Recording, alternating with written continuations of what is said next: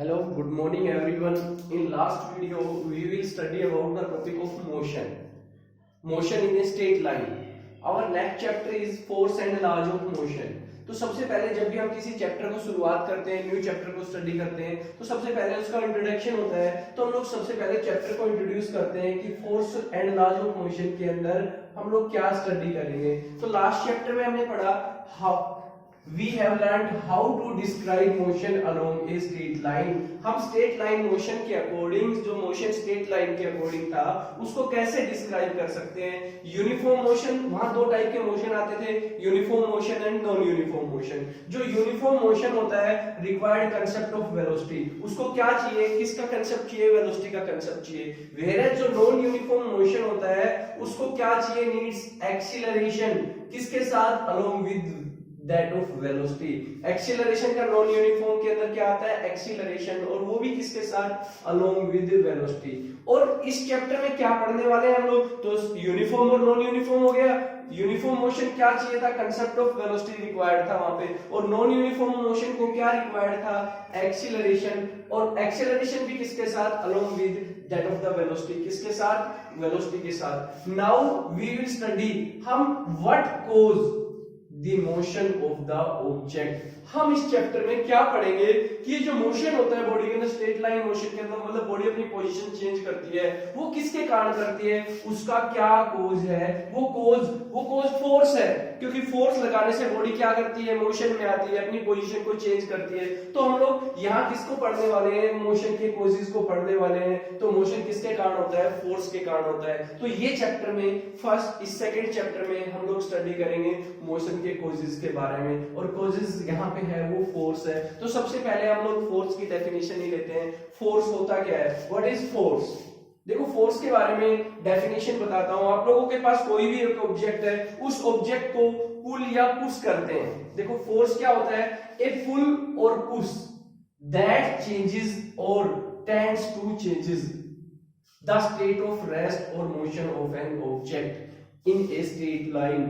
Force क्या होता है, एक फोर्स क्या है, एक पुल है या पुश है। पुल की फॉर्म में होता है, पुश की फॉर्म में होता है, जो क्या कर सकता है, चेंज कर सकता है, और tends to change. For example मैं बता रहा हूं, कोई लाइट वेट बॉक्स है, आप उसके ऊपर फोर्स अप्लाई करते हो, तो फोर्स अप्लाई करने से वो मोशन के अंदर आ जाता है। एक वॉल है, वॉल पे आप फोर्स अप्लाई करते हो, try to tends change its position, but wall move नहीं होती। तो फोर्स जो है वो आप लोगों के पास में भी चेंज कर सकता है पोजीशन की, और tends to change the state, change करने की कोशिश भी कर सकता है, जिसमें हो सकता है आप लोगों के पास वो पोजीशन चेंज ना हो। तो दोनों फॉर्म में हो सकता है, किसके अंदर, आप लोगों के पास इन ए स्ट्रेट लाइन। तो means what is force, force की डेफिनेशन आ गई कि फोर्स इज ए पुल और push that changes or tends to changes the state of rest or motion of the object in a straight line। क्या होता है कि push और पुल होता है, जो किसी भी बॉडी की पोजीशन को चेंज कर सकता है, या tends to change the state of rest or motion of an object in a straight line। और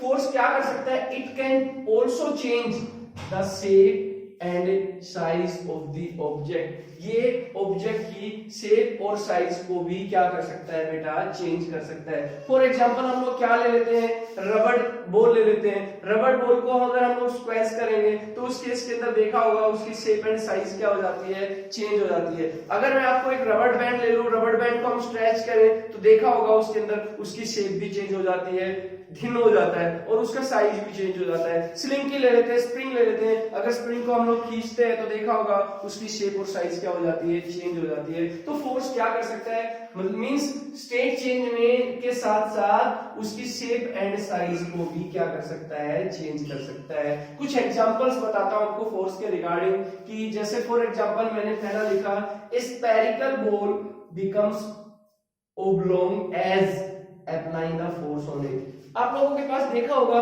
एक स्फेरिकल बॉल है, अगर उसके ऊपर आप फोर्स अप्लाई करोगे, तो देखा होगा उसके अंदर उसकी जो शेप होती है वो चेंज हो जाती है आप लोगों के पास। और force in our everyday life, और भी काफी सारे एग्जांपल्स हमारे पास है, जिन केस के अंदर आप लोगों के पास शेप एंड साइज जो ऑब्जेक्ट का क्या हो सकता है, फोर्स के कारण चेंज हो जाता है। अभी मैंने आपको 2-3 एग्जांपल्स बताए। तो फोर्स क्या होता है, यूज इन एवरीडे लाइफ, कहां कहां हम लोग यूज करते हैं, किस किस की फॉर्म में यूज करते हैं।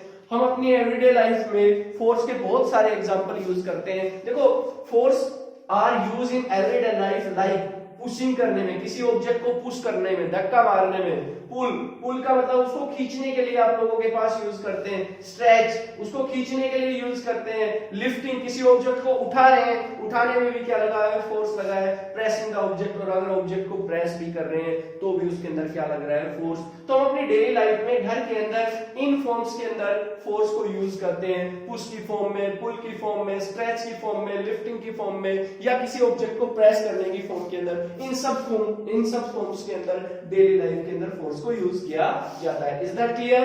अब हम लोग चलते हैं, कुछ फोर्स के इफेक्ट है। हमारे पास 5 बेसिक इफेक्ट हैं जो फोर्स के कारण होता है। मैं प्रॉपर एग्जांपल के साथ उनको एक्सप्लेन करने जा रहा हूं। तो जैसे इफेक्ट ऑफ फोर्स, अब हमारा टॉपिक आता है कि फोर्स का क्या क्या इफेक्ट है। देखो, फोर्स में move a body at rest. अकेला एक फोर्स हो सकता है और एक सेट ऑफ फोर्स भी हो सकता है। जैसे मान लो मैं बोल रहा हूं कोई बॉडी है, अगर उसको हम लोग एक सिंगल पर्सन उसके ऊपर फोर्स लगा रहा है तो जरूरी नहीं है कि वो मूव हो। अगर एक सेट ऑफ पर्सन, मतलब उस पर कई पर्सन काम कर रहे हैं, फोर्स लगा रहे हैं, तो हो सकता है वो मूव। तो फोर्स क्या होता है, मे बी आप लोग एक सिंगल वन में भी हो सकता है और एक सेट ऑफ फोर्स भी हो सकता है जो क्या कर सकता है, किसी भी बॉडी को रेस्ट से किसमें कर सकता है, आप लोगों के पास मोशन में कर सकता है। जैसे मान लो फॉर एग्जांपल मैं बता रहा हूं, कोई एक फुटबॉल है, फुटबॉल ग्राउंड के ऊपर रखी हुई है रेस्ट में। अगर हम उसको हिट करें तो हिट करने से हमने उसके ऊपर क्या लगाया, फोर्स लगाया, और फोर्स लगाने से वो बॉडी रेस्ट से किसमें चली गई, मोशन के अंदर चली गई। तो मींस फोर्स क्या कर सकता है, किसी भी बॉडी को रेस्ट से किसमें कर सकता है, आप लोगों के पास मोशन में कर सकता है। ए फोर्स और सेट ऑफ फोर्स, जो फोर्स है वो है, सेट ऑफ फोर्स भी होता है, वो आप लोगों के पास क्या कर सकता है, may move a body from rest to motion. A force और a set of force may stop a moving object. क्या कर सकता है, एक मूविंग ऑब्जेक्ट के ऊपर अगर हम लोग फोर्स लगाए तो उसको रोका जा सकता है, उसको स्टॉप किया जाता है। फॉर एग्जांपल क्रिकेट के मैच से मैं सारे एग्जांपल्स 1 बाय 1 करके ले लेता हूं। देखो, एक बॉल आ रही है तो बॉल पे प्लेयर कैच करने के लिए उसके ऊपर क्या लगाता है, फोर्स लगाता है। तो वो मूविंग ऑब्जेक्ट को किसमें कर देता है, रेस्ट में कर देता है। मींस ये भी फोर्स के इफेक्ट के अंदर आता है कि फोर्स क्या कर सकता है, स्टॉप ए मूविंग ऑब्जेक्ट। किसी ऑब्जेक्ट जो मूव हो रहा है उसको क्या कर सकता है बेटा, स्टॉप कर सकता है, रोक सकता है। फोर्स और a set of force can change speed of a body. किसी भी बॉडी की स्पीड को भी क्या कर सकता है, चेंज कर सकता है। फॉर एग्जांपल कई बार आप लोगों ने देखा होगा, बॉलर बॉलिंग कर रहा है, बॉल डाल रहा है, बैट्समैन देखा होगा उस पे कई बार तो उसको प्ले डाउन करता है, रोकने की कोशिश करता है, तो उस केस के अंदर उसकी स्पीड कम की उसने।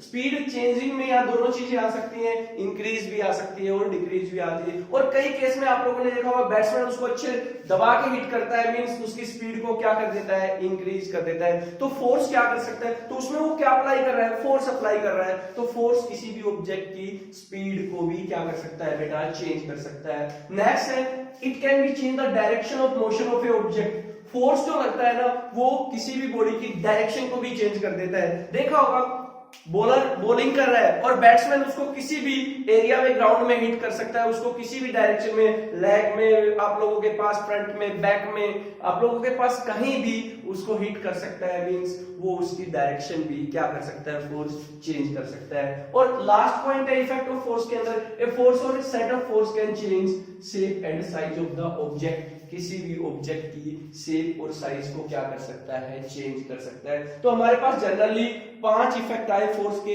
क्या आए, फर्स्ट आया a force can change a body from rest to motion, जिसका एग्जांपल मैंने फुटबॉल वाला बताया आपको कि फुटबॉल रेस्ट में हमने उसके ऊपर किक अप्लाई की, तो किक अप्लाई करने से वो फुटबॉल रेस्ट से किसमें आ गई, मोशन के अंदर आ गई। ए force can stop a moving object, force जो है या सेट ऑफ फोर्स है किसी मूविंग ऑब्जेक्ट को क्या कर सकता है, मोशन से किसमें कर सकता है, रेस्ट में कर सकता है। एग्जांपल मैंने अभी आपको बताया, क्रिकेट बॉल है, जब उसको कैच करता है प्लेयर, तो प्लेयर कैच करने में क्या करता है, उसको मोशन से किसमें करता है, आप लोगों के पास रेस्ट में करता है, यानी कि मूविंग ऑब्जेक्ट को क्या करता है, स्टॉप करता है। A force can change, a set of force या single force can change the shape of the body, किसी भी बॉडी की शेप को क्या कर सकता है बेटा, चेंज कर सकता है। अब हम बात करते हैं ए force can change the direction of a moving body. मैंने अभी बताया बैट्समैन उसको कहीं थर्ड में, आप लोगों के पास फ्रंट में, बैक में, लेग में, कहीं भी उस बॉल को हिट कर सकता है पूरी ग्राउंड में। मींस उसकी डायरेक्शन को क्या कर सकता है, वो चेंज कर सकता है। और फोर्स जो है किसी भी बॉडी की शेप और साइज को भी क्या कर सकता है, चेंज कर सकता है। तो फोर्स की डेफिनेशन पढ़ाई मैंने। फोर्स क्या होता है, डेफिनेशन के अकॉर्डिंग पुश और पुल दैट कैन चेंज और tends to change the state of rest और motion of an object in a straight line. अच्छा, अब हम बात करते हैं बेटा कितने टाइप का फोर्स होता है। हमारे पास दो टाइप का फोर्स होता है बेटा। एक आप लोगों के पास होता है बैलेंस और एक होता है अनबैलेंस। बैलेंस वर्ड का मतलब क्या होता है, इक्वल, बराबर। देखो हम बात करें बैलेंस वर्ड की, इक्वल, बैलेंस का मतलब ही क्या होता है, इक्वल वर्ड। तो मीनिंग व्हेन टू और मोर फोर्सेस, जरूरी नहीं है किसी बॉडी पे दो ही फोर्स लगे, दो से ज्यादा भी फोर्सेस लगते हैं। More forces acting on a body on an object have zero resultant. उनका जो टोटल सम आए, नंबर ऑफ फोर्सेस एक बॉडी पे काम कर रहे हो, और अगर उनका टोटल सम जो आए वो जीरो आए, यानी कि रिजल्टेंट जीरो आए, तो उस केस के अंदर जो हमारे पास फोर्स जो होता है, उस फोर्स को हम लोग क्या बोलते हैं, बैलेंस फोर्स। अभी बैलेंस फोर्स को मैं एक प्रॉपर एग्जांपल से आपको एक्सप्लेन करूंगा कि बैलेंस फोर्स कैसे हम लोग कैलकुलेट कर सकते, कैसे एक्सप्लेन कर सकते हैं। देखो मैं आपको बैलेंस फोर्स के बारे में एक एग्जांपल बताता हूं कि हम बैलेंस फोर्स को कैसे एक्सप्लेन करें। नीचे एक एग्जांपल दिखाया हुआ है, ये पूरा एग्जांपल मैंने पीडीएफ फाइल के अंदर एक्सप्लेन किया हुआ है। क्या है, देखो इसके अंदर बात करें हम बैलेंस फोर्स के अंदर, एक अगर बात की जाए, ये एक बॉडी है, एक बॉडी है, यानी कि इसको वुडन ब्लॉक बोलते हैं कोई भी, ये एक लकड़ी का ब्लॉक है, वुडन ब्लॉक है, और ये टेबल के ऊपर रखा हुआ है। कहां रखा हुआ है, टेबल के ऊपर रखा हुआ है। तो देखो पहले मैं आपको बैलेंस के बारे में बताता हूं और अनबैलेंस के बारे में बताता हूं। तो हम लोगों ने बैलेंस के बारे में पढ़े, बैलेंस का मतलब होता है बराबर। अगर मान लो ये एक बॉडी है, देखो अगर आपको बैलेंस वर्ड का मतलब बताऊं मैं आपको,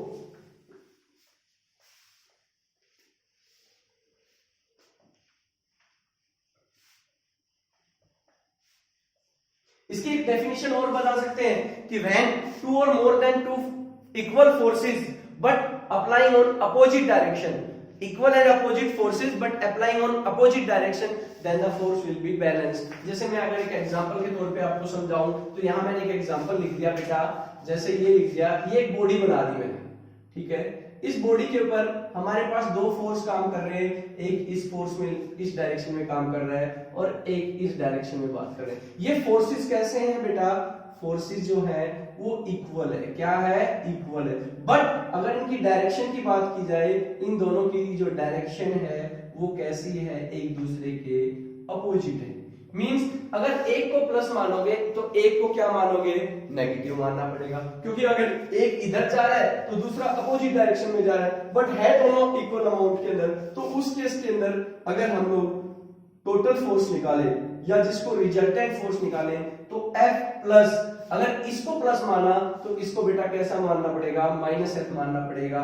तो यहां अगर हम लोग चेक कर पाते हैं, आपने मैथ्स में पढ़ा है कि प्लस माइनस क्या बन जाते हैं, माइनस बन जाते हैं। तो उस केस के अंदर बेटा रिजल्टेंट फोर्स जो आ जाता है वो कितना आ जाता है, हमारे पास जीरो आ जाता है। Is that clear? तो जहां, और देखना, याद रखना, जब इक्वल फोर्स लगेंगे तो ना तो बॉडी इधर मूव होगी ना इधर मूव होगी, यानी कि बॉडी जो बैलेंस फोर्स होता है उसके अंदर अपनी कभी भी स्टेट को चेंज नहीं करती है। तो देखो लिखा हुआ है, these do not change the state of motion of the object, यानी कि जो स्टेट ऑफ मोशन है, चाहे वो रेस्ट में है तो रेस्ट में रहेगा, मोशन में है तो मोशन में रहेगा। अगर उस पे अप्लाइंग फोर्स कैसा है, बैलेंस होगा। तो यानी कि बैलेंस फोर्स कभी भी ऑब्जेक्ट की स्टेट को चेंज नहीं करेगा। कंफर्म याद रखना। तो बैलेंस वर्ड का मतलब समझ में आ गया कि व्हेन टू और more than two forces acting on a body on an object having zero resultant, then such type of forces is known as balance force, and balance force do not change the state of rest or motion of the object. तो means अब हम बात करते हैं unbalance, नाम से ही पता चल रहा है unbalance, जो बराबर नहीं है।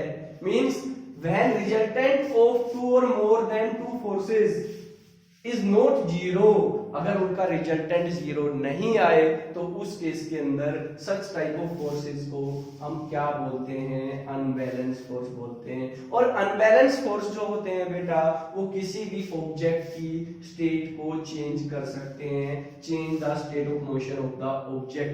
अब मैं आपको तीन पीडीएफ फाइल में मैंने तीन एग्जांपल्स दिए हुए हैं, उन तीन एग्जांपल्स की हेल्प से मैं आपको मोशन को एक्सप्लेन करता हूं। जैसे पहला एग्जांपल मैंने एक डायग्राम से बनाया हुआ है, डायग्राम में देखो क्या लिखा हुआ है, यहाँ पे आप लोगों के पास एक चीज बताई हुई है मैंने कि ये एक वुडन ब्लॉक है। क्या है?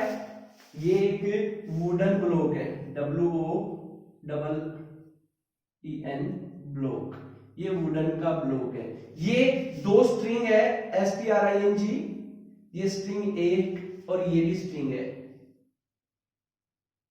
स्ट्रिंग y इधर है, स्ट्रिंग x इधर है। अब देखो सबसे पहले इसी एग्जांपल से हम दोनों बैलेंस और अनबैलेंस को क्लियर करते हैं कि हमारे पास बैलेंस किस केस के अंदर होगा, अनबैलेंस किस केस के अंदर होगा।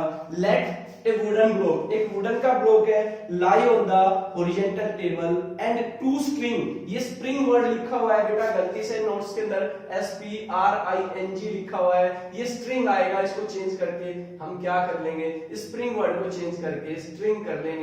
To string x and y, देखो आप लोगों के पास लिखा है आर टाइड अपोजिट एंड्स, एक इधर की तरफ बंधा हुआ है और एक इधर की तरफ बंधा हुआ है, as shown in the figure.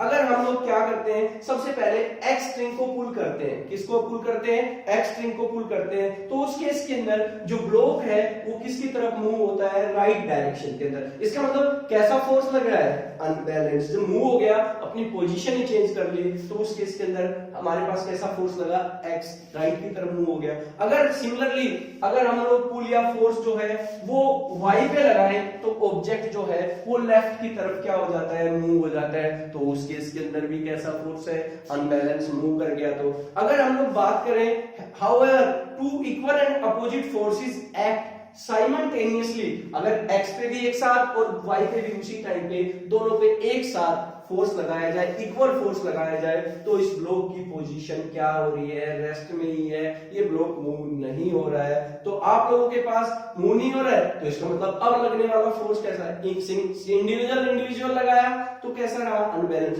और दोनों तरफ साइमल्टेनियसली एक साथ अपोजिट इक्वल फोर्स लगाया गया तो उस केस के अंदर फोर्स कैसा रहा, बैलेंस फोर्स। तो when two equal and opposite forces constant balance force, जब दो फोर्सेस इस पे काम कर रहे हैं, एक साथ लगा रहे हैं, तो वो कैसा फोर्स है, बैलेंस फोर्स। और जब आप लोगों के पास उस केस के अंदर देखा जाए तो रिजल्टेंट जो आता है वो कितना आता है, 0 आता है। और जब इंडिविजुअल लगाया जाए, x को x की तरफ लगाया गया, y की तरफ लगाया गया, तो ब्लॉक क्या हो रहा है, मूव हो रहा है, तो उस केस के अंदर कैसा फोर्स होता है बेटा, अनबैलेंस। एक और एग्जांपल मैं आपको समझाता हूं जिसमें बैलेंस के साथ अनबैलेंस फोर्स का आप लोगों के पास एग्जांपल दिया हुआ है। जैसे मान लो एक बॉक्स है, देखो बैलेंस और अनबैलेंस को समझाते हैं।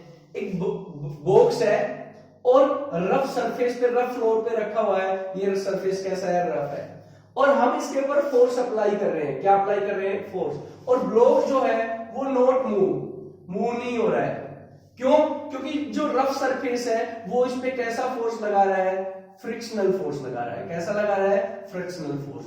अब अप्लाइंग फोर्स इधर लग रहा है, फ्रिक्शनल फोर्स इधर लग रहा है, बट ब्लॉक जो है वो अपनी पोजीशन चेंज नहीं कर रहा है, रेस्ट में है। तो रेस्ट में है तो इसका मतलब यहां पे लगने वाला फोर्स जो है वो कैसा है, बैलेंस फोर्स है। कैसा है, बैलेंस फोर्स। अगर हम लोग इसके ऊपर फोर्स लगा रहे हैं और ब्लॉक जो है वो मूव हो गया, फ्रिक्शनलेस, जो फ्रिक्शनल फोर्स है यानी कि रफ सरफेस है, अगर उस पर मूव हो गया, तो मूव होने का मतलब अब जो अप्लाइड फोर्स है वो मोर है किसके कंपैरिजन में, जो फ्रिक्शनल फोर्स है उसके कंपैरिजन में। अगर अप्लाइड फोर्स मोर हुआ तो वो ऑब्जेक्ट क्या करेगा, अपनी पोजीशन क्या कर लेगा, चेंज कर देगा। तो उस केस के अंदर हम लोग कैसा कहेंगे कि ये फोर्स कैसा है, अनबैलेंस। चेंज होगी, अनबैलेंस, चेंज नहीं हुई, बैलेंस। अब एक तीसरा एग्जांपल और भी लिखा हुआ है, कभी देखा होगा आप लोगों ने, साइकिलिंग की होगी, साइकिलिंग के अंदर आप लोगों के पास राइडिंग करते हैं, तो हम लोग अगर चलाते चलाते